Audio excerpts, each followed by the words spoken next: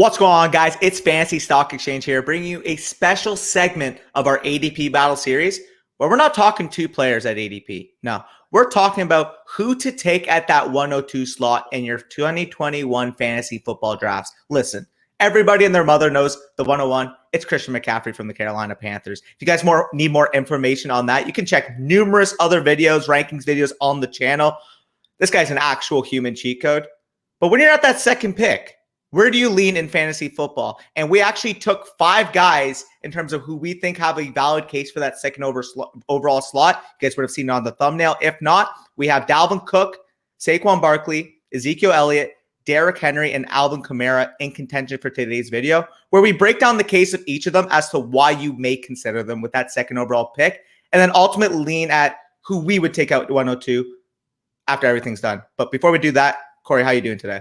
Yeah, and as Danny mentioned, this won't be necessarily just a breakdown of who to take at 102. You could probably also garner like who you should take at 103, who you should take at 104, and kind of parse through these guys at the top of your drafts. We talk about ADP battles. This is the most important ADP battles that we can do, right? Because these are the earliest picks in your draft outside of Christian McCaffrey. So yeah, I'm excited for this. As always, guys, if you guys enjoy this video, like, comment, subscribe to the channel. If you are new, we're on the road to 5,000 subscribers. We're still hoping to get there by August 1st. It's probably an uphill battle at this point, but nonetheless, we're still trying to get to 5K, so hit that subscribe button if you haven't already done so. We have a contest running.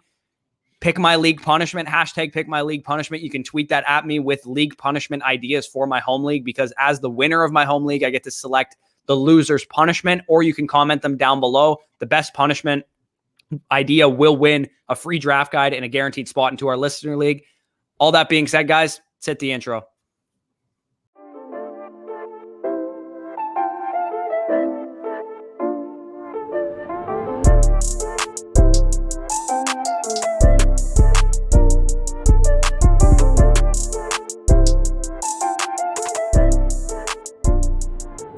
Okay, so let's start off with the first overall player, and the guy that's actually currently going off the board as a second overall pick in fantasy football currently based on ADP via Underdog. And that's going to be the case for Dalvin Cook, running back from the Minnesota Vikings. And it's pretty simple when you talk about this guy as a player. With Dalvin Cook, you get a guy who averaged 23 PPR points per game when on the field last year, due to averaging 22 carries and 4 targets and more than a touchdown per game. We're talking about a guy who had 17 total touchdowns in the 14 games he played in 2020.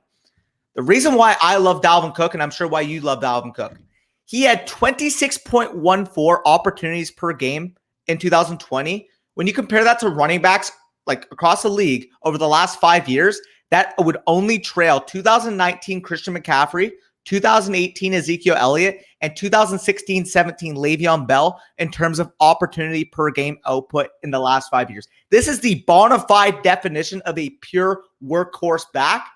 The thing about it, though, is that we're not getting Joe Mixon volume.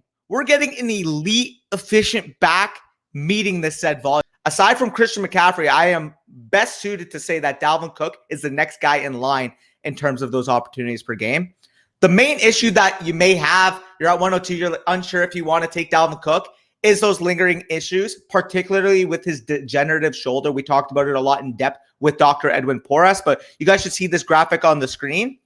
Each time he dislocates his shoulder, further damage is caused to the joint and bone. Another dislocation of either shoulder could lead to either 2 to 3 weeks of missed time at best, or end of his season immediately at worst. This was quoted from FB Injury Doc, or as you guys would know, Edwin Porras. So the injury concerns are there. However, this is a guy that when he is on the field is the definition of a league winner. Right, and Dalvin Cook, as you outlined, he's a guy that when I did my RB league winners, like what makes a running back league winner, Dalvin Cook's past season obviously was in that video, and I will link that in the description because we're probably going to make reference to that a lot in this video because I did break down these guys' situational factors and volume factors in that video. But when you look at Dalvin Cook's volume last year, 22.3 carries a game was not only elite among running backs last year, it was elite among running backs over the past 7 years, like the Jamal Charles seasons, the Alvin Kamara in 2018, Saquon Barkley's rookie year. Like when you look at these elite running back seasons, that was the second highest mark, only to Derrick Henry this past year. Yeah, I mean, this guy's an absolute freak of nature. And if you were getting him at value last year, the contract issues, nobody really knew how the Vikings offense would look. This guy was currently going off the board like 7th, 8th, 9th pick at times last year. I passed on him at 6, and I still won my league, thankfully. But I did pass on him at 6 for Clyde Edwards-Helaire. That was a stupid decision. I would have, but the one thing I would say is that I probably would have done that again. Given the state of his health, given the state of the contract, I didn't want to lose my league in round 1, right? By taking a guy that wasn't going to be on the field the whole season or whatever the case is. So I picked CEH over Dalvin Cook. And I obviously regret that decision because he was one of the best running backs in fantasy. Even in 14 games, he was still producing just absolutely monstrous carry volume, elite touchdown volume, everything that you want out of your top, 3 overall pick. Yeah. And it's crazy to me that his 14 games would be elite volume for any other back at 16. I mean, we're talking about nearly 2,000 yards from scrimmage, 17 touchdowns from scrimmage, 44 receptions. I mean, this was the definition of elite running back play met with elite volume. So overall, Dalvin Cook is a freak of nature. Don't overvalue these injury concerns, in my opinion, because at the end of the day here, as Corey's going to allude to later on in this video, when you're picking in this number 2 spot, you're picking in the top 5, you're looking for best range of outcomes because you're trying to win your league. You're not trying to finish 4th, 5th, 6th place. You're trying to win your league. And Dalvin Cook's ceiling is undeniable. In my opinion, the highest aside from Christian McCaffrey. Right. I totally agree with that. I think when you're picking at this point, like you just said, you want to win. I don't know about you, but I don't get points for coming in 3rd in my league. I don't get money back. I don't get, a 3rd place finish. My league payout structure is 1st gets most of the money, 10 of the 12 buy-ins, and 2nd place gets 2 buy-ins. So you got to come in, you got to make the championship to get any money in my league. So Dalvin Cook is a guy, if he stays on the field for 14, 15, 16, 17 games, will help win you a championship. And if you're that scared about the injury concerns, just take Alex Madison and roster him the whole year and just torch a roster spot just to have that security about your 1st overall pick or your 2nd overall pick. So the case for Alvin Kamara, the next guy that we have on the docket here, he is currently going off the board at 3rd overall in ADP, which is why we're talking about him next. Everybody knows what the narrative is, right? That I'm about to address, right? The scary narrative that every fantasy football channel and podcast is going to talk about is, would you look at Alvin Kamara's splits with Taysom Hill, right? When Taysom Hill was the starter, when Drew Brees was not on the field, he was not receiving targets. Everybody will find the lazy narrative. Hey, look at Alvin Kamara's splits. Here's my RotoViz game screener app. And Taysom Hill clearly didn't throw to Alvin Kamara. And that makes sense, right? Taysom Hill is a mobile quarterback. He's not going to throw to Alvin Kamara like Drew Brees. One, Jameis is going to win the starting job. So it's not going to matter anyway. But if Jameis doesn't win the starting job, let's just say Sean Payton has some weird obsession with Taysom Hill. We all know he does already. So even if it doesn't look like Christian or Alvin Kamara's situation has changed at all, right? Like Taysom Hill is going to be the starter. It's going to be the same as those 4 games that we saw. We have to take into account that Alvin Kamara was hurt in those 4 games, right? In those 4 games with Taysom Hill as the starter, it just coincidentally and unfortunately for Alvin Kamara's fantasy value in the eyes of the public happened to coincide with when Drew Brees was out. Alvin Kamara had a knee injury and another lower body injury during that point in the season. He was on the injury report for multiple weeks.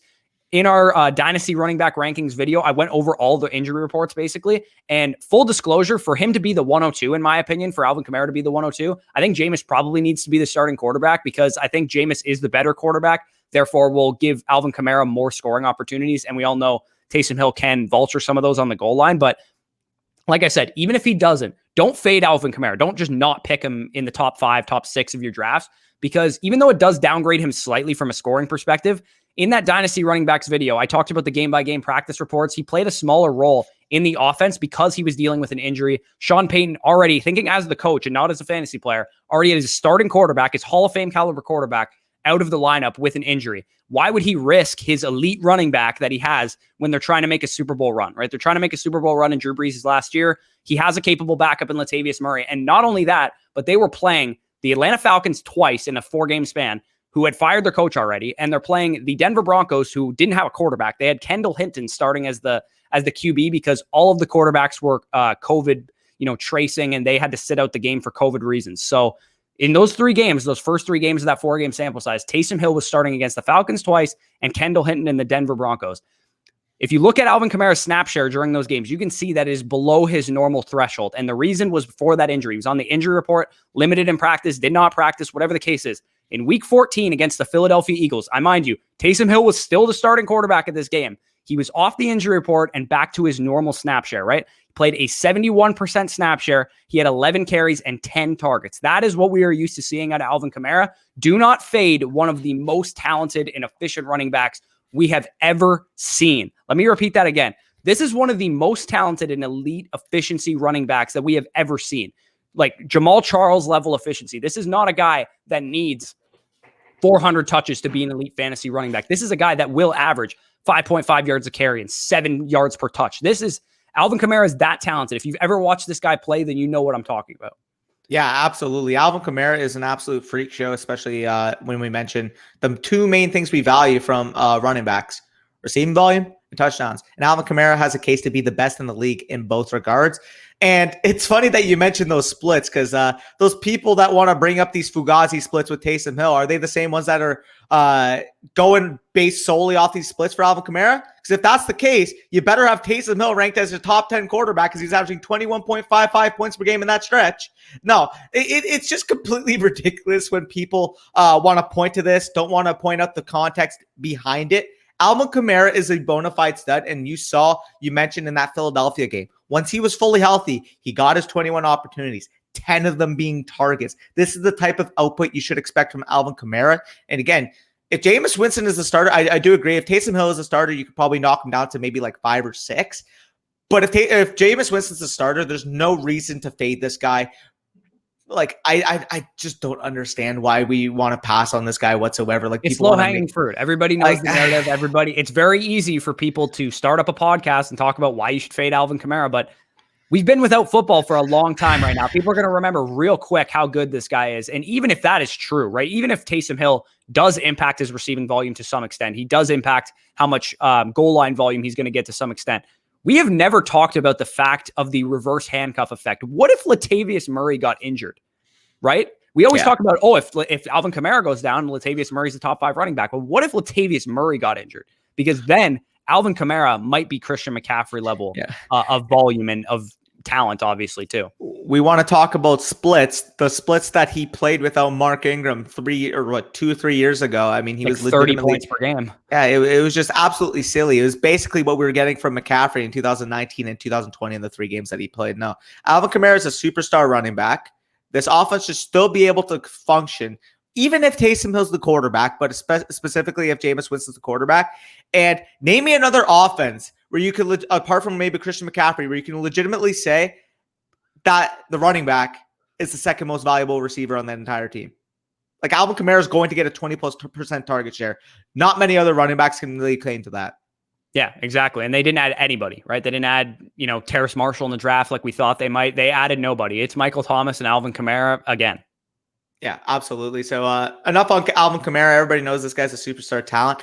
The next guy that we're going to go into is a superstar talent, but might catch people off guard considering the fact that the general basis of the fantasy community at this point wants to just write this guy off because he's coming back from injury. He's too risky to pick.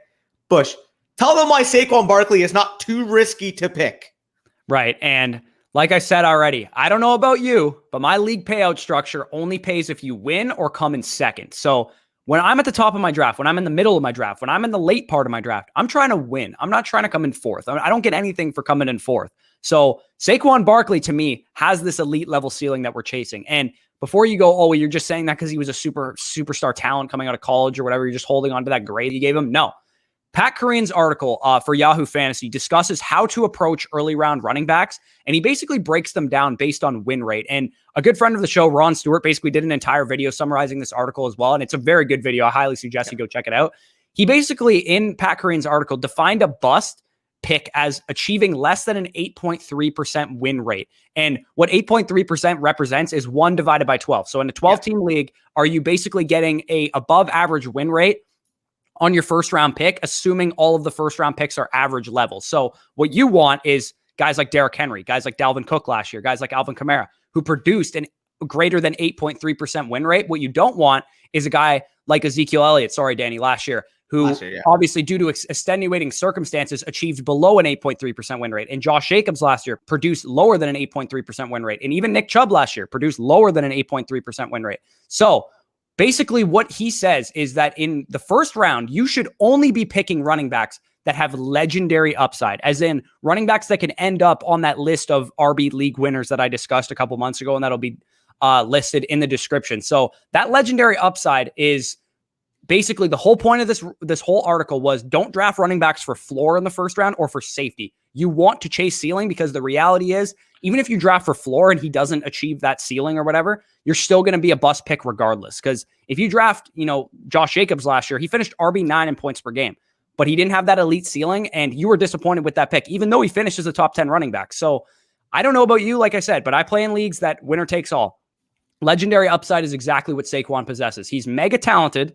He's on the best offense he's been in years, right? The O-line took a top 4 offensive tackle last year who really came down the stretch, had a very rough start to his rookie season, but came along down the stretch. They have Nate Solder returning from opt-out. Their offensive line in general is getting more experience, more continuity. Second year in Joe Judge's system. His 121-yard or target rookie season proves how equipped he is as a pass catcher to challenge guys like Alvin Kamara, like Austin Eckler, like CMC for the target leader among running backs. And when you look at his splits with Daniel Jones, because I'm sure a lot of you are going to say, well, that 121 targets were with Eli Manning, who checks down a lot. When you look at his splits with Daniel Jones, 6.1 targets per game is about a pace of 100 targets on the season. So in the 10 full games that he's played with Daniel Jones, meaning he didn't leave early against Chicago this past year with an ACL tear, and he didn't leave early against Tampa Bay in 2019 with a high ankle sprain, he had 6.1 targets per game. And you can see the rush attempts there.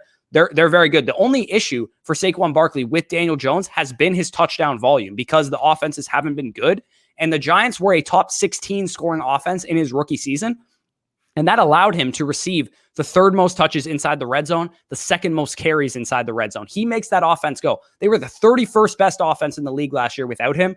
And when you look at the splits without Saquon Barkley, they were only scoring 17.59 points for in the NFL. Like I said, was 31st in the NFL, only ahead of the New York Jets.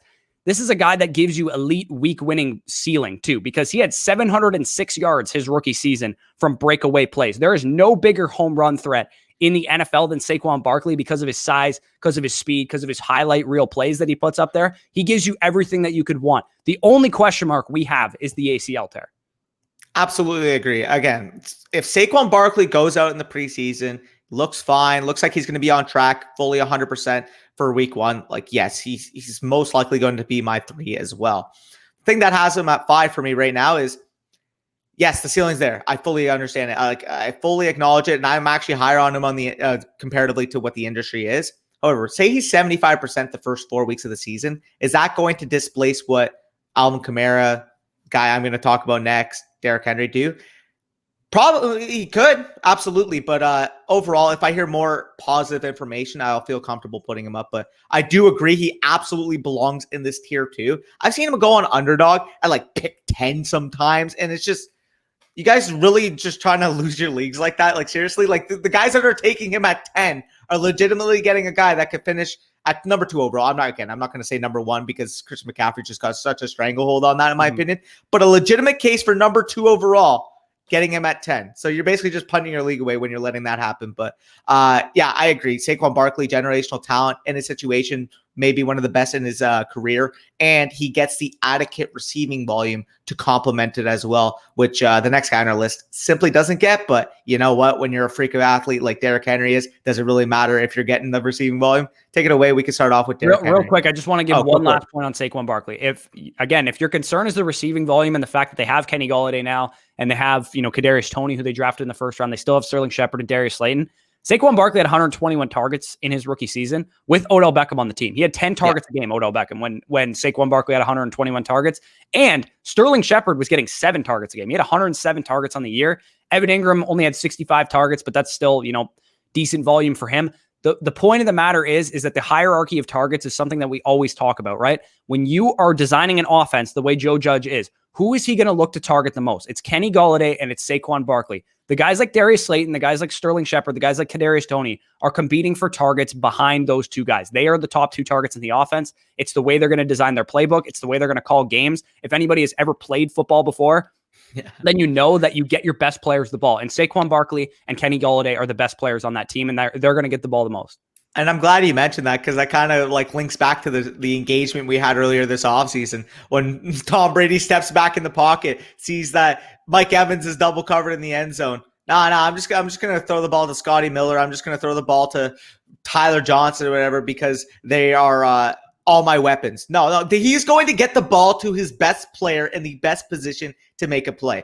That's how football works. That's how football always works. You get your best players the football. And speaking of best players the football, I mean, there may not be any better pure runner of the football in the league than the next guy I'm going to talk about. I alluded to him. Derrick Henry, running back from the Tennessee Titans. Look, he is an absolute freak of nature. We're talking about a guy that we would take for one game in real life.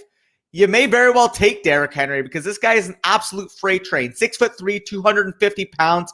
Between the tackles, he's basically untackleable. I mean, we're talking about a guy that led the league in both 15-plus yard runs with 21, 48 runs of 10-plus yards, and 31.8% of his total yardage coming on breakaway runs of 15-plus yards. That is absolutely freakish when you consider the fact that when this guy is in the open field, he is just absolutely going to bully you and take your will to live. So you can break it down as well with what Derrick Henry brings to the table and why he's even in this list, despite not having the receiving output of the other guys. Right. And Derrick Henry is a guy that like legitimately averages one target a game. Like he gets no involvement in the receiving game. What we get with Derrick Henry is the clear favorite to lead the league in rushing yards again, right? Like I think we would all agree this guy could, absolutely be a 1,700, 1,800 yard, 1,900 yard. He had 2,000 rushing yards last year. He could do it again in a 17 game season, but I would say conservatively projecting him for 1,600 plus yards is very easy to do because of the amount of carries that he gets. He's like a 350, 400 carry running back.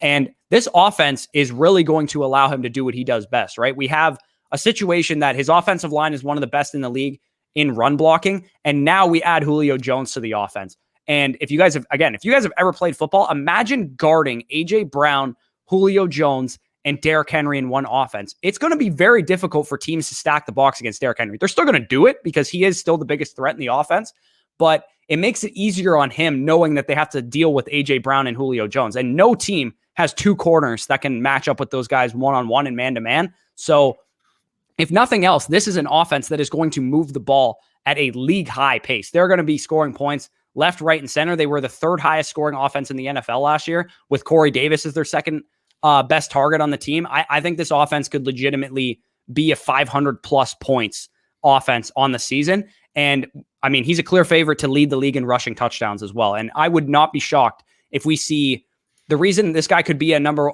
2 overall pick is because this guy could legitimately have 20 rushing touchdowns this year. Yeah, I know. Absolutely. Again, we don't like quote unquote projecting players at their absolute ceilings. But at the end of the day here, when you're drafting in this top 5, as Corey mentioned, you're shooting for ceiling.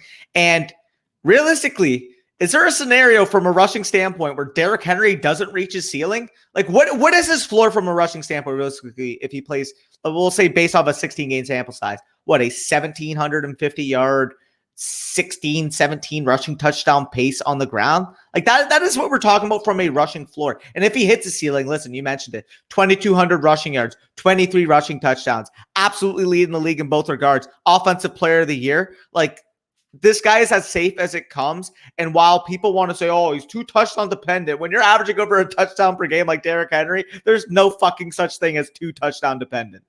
Right. And speaking of Derrick Henry's like stacked fronts and stuff, stacked front carry rate, number 12 in the NFL, stacked average defenders in the box, number 15. So teams already couldn't stack the box against this guy because of the threat of Ryan Tannehill, the threat of AJ Brown, the amount of play action that the team runs. They can't afford to be beaten deep by Ryan Tannehill and the Titans passing offense, which was one of the best passing offenses in the league and has been ever since Tannehill's been the quarterback. And again, they just added Julio Jones to that mix. So the 5.2, 5.5 yards per carry realm for Derrick Henry is absolutely in the range of outcomes. He can average that. We already talked about Saquon Barkley's home run threat. You outlined it with his breakaway runs. He gives you those week winning runs, right? He plays Jacksonville twice a year. He's going to have two games of 40 plus points guaranteed against Jacksonville every single year. So this is a guy that gives you the week winning, the league winning upside all in one without having the receiving upside, because where he gets his value is 23, 24 carries a game and over a rushing touchdown per game. Yeah, no, I absolutely agree. Like Derrick Henry absolutely deserves to be in this second tier. And in general, he can make the case easily, in my opinion, and standard for the 102, as we'll get into at the end of the video. Half PPR, full PPR, I just simply wouldn't be able to stomach him at 2. But again, if you're looking for safety, like although we mentioned or although we outlined going for ceiling, like Henry, in terms of the injuries, in terms of the offense, in terms of everything, might be the safest pick of this range, whether you want to go that way or not. But anyways, enough on Henry. Everybody knows how good of a fucking player is. He's probably the best pure runner in the league. Let's get on to the guy that there might be some question marks, specifically from the guy sitting on my right here, and that's going to be Ezekiel Elliott. And listen, people want to call this guy washed up. People want to call this guy not good. People want to call this guy any type of name you want. As I'm going to mention, because this is kind of a meme on the channel, Ezekiel Elliott is not to be disrespected in 2021. Corey's heard that a million times, but listen, in games played with Dak Prescott, Zeke averaged 6.4 targets per game, 107.4 yards from scrimmage per game, and had 6 total touchdowns in the 5 games. And we mentioned league-winning type of players. He was averaging 19.95 half PPR points per game in the stretch, which extrapolated across the season, trailed only Alvin Kamara, Dalvin Cook, and Derrick Henry amongst all running backs. Like, this was a guy that, when everything wasn't imploding under him, was still producing as an elite fantasy football contributor. And those numbers basically matched up with every single season in his career: 20.6 points per game, 19.4, and 17.8 across 2016 to 2019, respectively. I get it. The passing offense as a whole should regress from a volume standpoint. I mean, this was a team averaging 46.6 attempts per game in those first 5 games of the season. We're talking about 4.5 games with Dak, half a game with Dalton. Zeke had a 13.7% target share in those contests. If you want to adjust it down, if you want to say, okay, listen, 46.6, no bueno, that's not happening. Okay, fine. The Pittsburgh Steelers averaged 42.6 passing attempts per game. Even at that number, which is about the average of a team that's top 2 in passing attempts per year, which I think the Cowboys are going to be in 2021, Ezekiel Elliott would have been on a 5.85 target per game pace, which extrapolated over a 16-game sample size would equate to 94 targets. So we've seen this guy do it in the past before, by the way. He had 95 targets in 2018. I do think that this is going to be a guy that contributes a lot in the target game, specifically Derrick Henry. Maybe not Saquon Barkley, Alvin Kamara. But out of this list, I definitely think that Zeke would be third. So the question is Zeke the same player that he was in 2018, 2019? Is this a guy that's fallen off?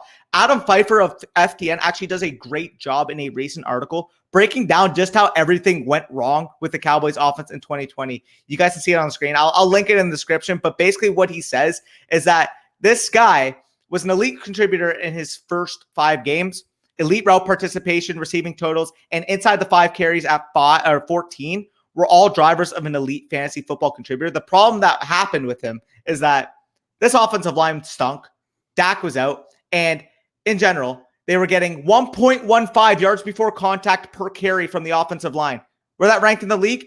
31st. Yes, 31st in the entire league. So it's hard for anybody to look good in that situation when your offensive line is only generating 1.15 yards before contact per carry. And an offense that should be, in my opinion, the best of the tier 2 running backs, the only one that you can even make a case for being in the same tier would be Derrick Henry. The situation, the volume, the targets, the touchdown upside is all there for Ezekiel Elliott. And then when we talk about the pace, 69.6 plays per game for the Cowboys offense and led the league in pace of play, seconds per snap, according to Sharp Football Stats. Listen, the Cowboys are going to be in a lot of 42-38 type of games where anybody in that offense can be fantasy friendly, but particularly the guy who we saw averaging nearly 3 attempts per game inside the 5 last year in that stretch. So overall, like, the only question mark that you can have for this guy is talent, but that was completely judged off the fact that the situation around him was completely imploded. Now, I know you're going to rebuttal that because you do think that it is due to him declining as a player due to the touch workload he's received. I'll let you get into that.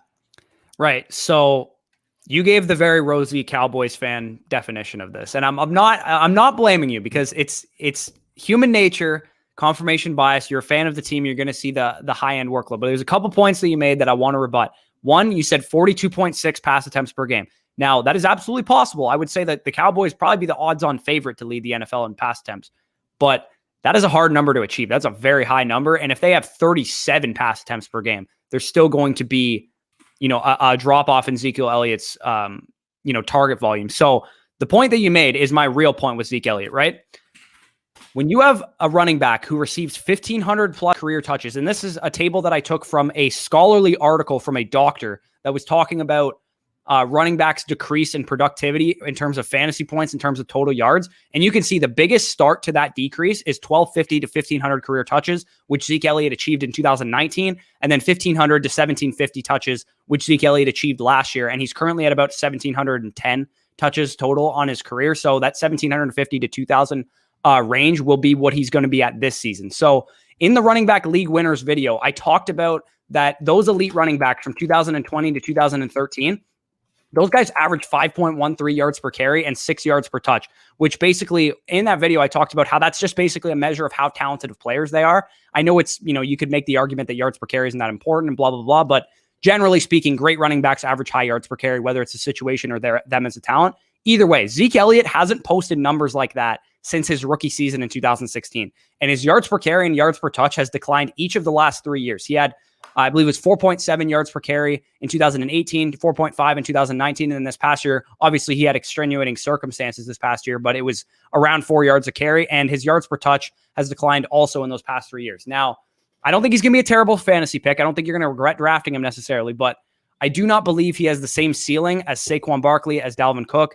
And you could even make the argument that Alvin Kamara and Derrick Henry have a better ceiling than him. But although I would understand if you said that Zeke Elliott had a similar ceiling to those guys, but either way, this conversation of who's the 102, I don't think Zeke Elliott belongs in it. I understand you're going to disagree with that, but that's personally how I feel. At the core of fantasy football, back in the 70s, back in the 80s, 90s, you drafted elite players. And at this point in Zeke Elliott's career, due to the touch workload that he's received, I don't think he's an elite running back anymore. I think he's a very good running back, but not an elite running back.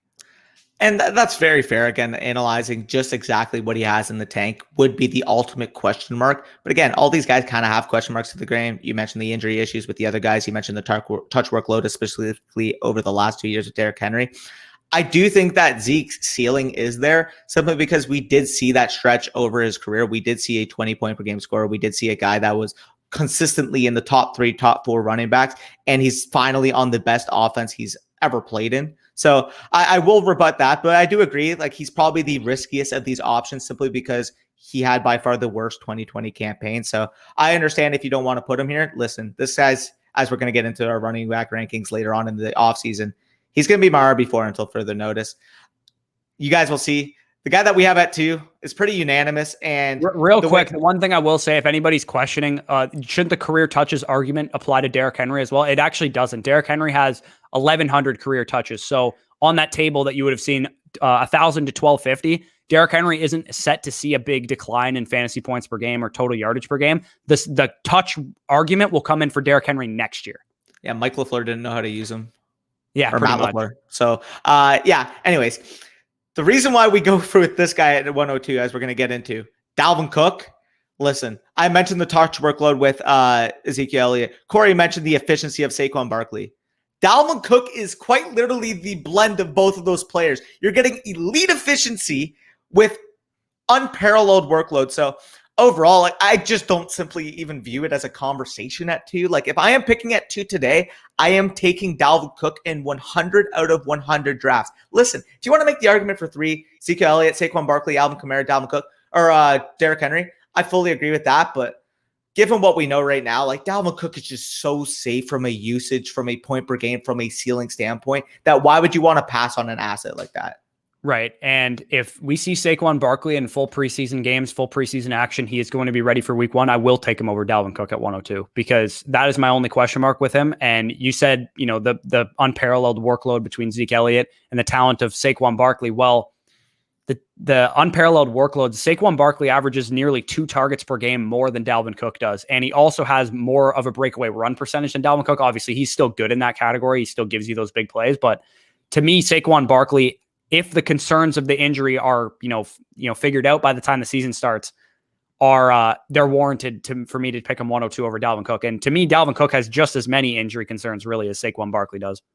Yep. No, that's definitely fair. But anyways, if you guys have made it, I would take Dalvin Cook. Just full disclosure, though, yeah. I would take Dalvin Cook right now, as of today, at 102. If you guys are wondering the decision, the consensus decision for both of us is that we would take Dalvin Cook 102. Yep, absolutely. And we can quickly outline that. For me, like, to rank the second tier players, I currently would have it Cook, Kamara, Zeke, Barkley, Henry.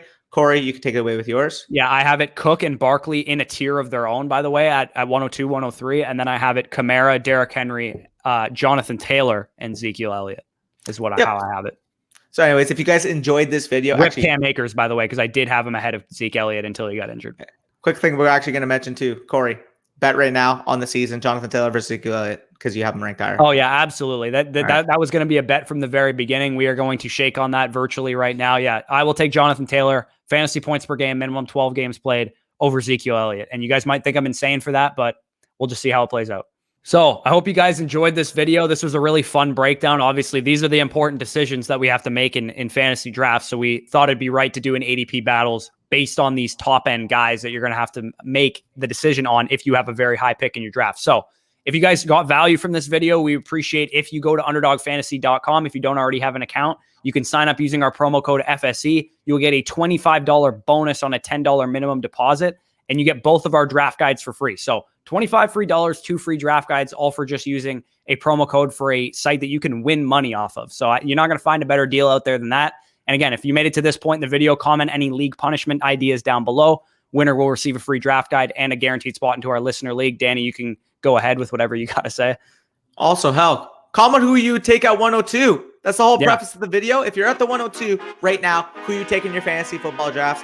That being said, Fantasy Stock Exchange here. Peace out, y'all. Wire me the money.